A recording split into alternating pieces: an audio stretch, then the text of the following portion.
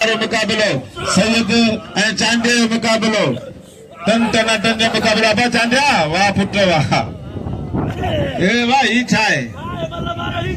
मतलब मारे कीअं कंध में हथ विझी दसियो ने मथां वारी ईअं पियो करे सदर बीठो आहे सदर मोह ॾियनि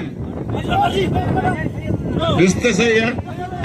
दरगाह जा इनाम आहिनि होशियार जी सैयद बादशाह साईं साईं के वॾा छंछा ने मजबूत कयो बीठो आहे होशियार जी साईं अरबान जा होशियार जी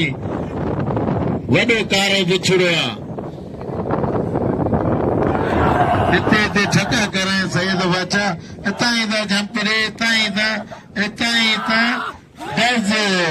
ताली लगे सैयद लाइ ताली लगे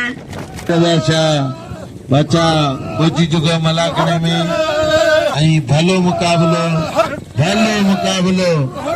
हाय हाय हाय हाय हाय हाय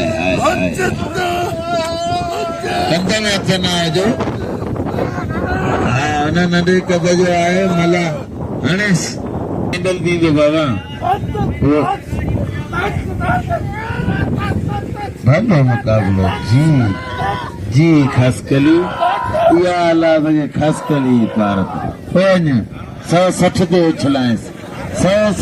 उछलायसि ही 180 ते इरादो कयो वेठो आहे 180 ते जी मला इहो अथई मुनीर अहमद मला अल्लाह ताली लॻो मला मारे वज़न में खुची ऐं फलाण मक़सद आहे शेर वंजर पाक ते हिन लाड़ जो हीरो पहलवान आहे लाड़ जो लाडलो पहलवान आहे खान मांदो शेरो अहिड़े शेरा सॼी सिंध में तुंहिंजी हक़ वाड़े शेरा हुआ तुंहिंजा वारा वाड़े मंगसी जो चाठो लॻो शेरो जा चाठा मंगसी जा चाठा शेरो ख़ाली कराए पियो वाड़े शेरा ॿियो केरु फिलहाल उथे न जैसे ये जोड़ फाइनल थियनि होशियार चांडिया होशियार सैयद मतलब पोइ मुकाबलो सख्त 3000 रुपया इनाम आहे हिन जोड़ीअ ते मरियो चांडियो मरियो अल्लाह यो हथ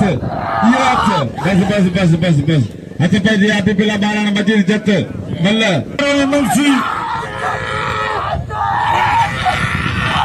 मुंशी खान मोहम्मद शोरे होशियार मंगसी टे ॾींहं मल कोन चढ़ियो अल्लाह मंगसी जो ख़ैर ई कोन्हे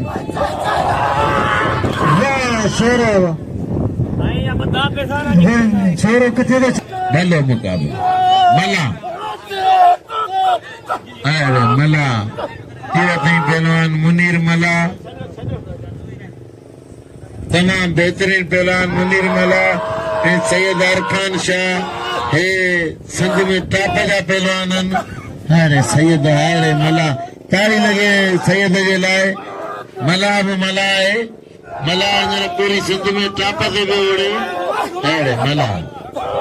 मला आगे अहिड़ा मुकाबला कंदो सदा मारो माली बेग मला हुन जे सुकून बि लाइ मला ताड़ी कसम खुदा जो दिल जे लाइक की जोड़ी है वाह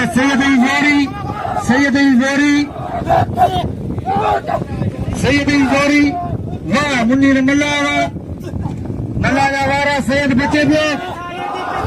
होशियार इन वॾा पैसा साईं जा साईं गुलजार शाह साईं अली रज़ा शाह वॾी महिरबानी अल्लाह कुछ करे जेके साईं सैयद इन लगी हुई पीछे तो छोरा धक्का ही कर हमें सीधी नाच खास के लिए है अंडर दिलचस्पी के नाम जो दिलचस्पी खास के लिए कदर करे इतने वो खास के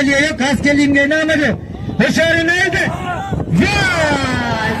खास के लिए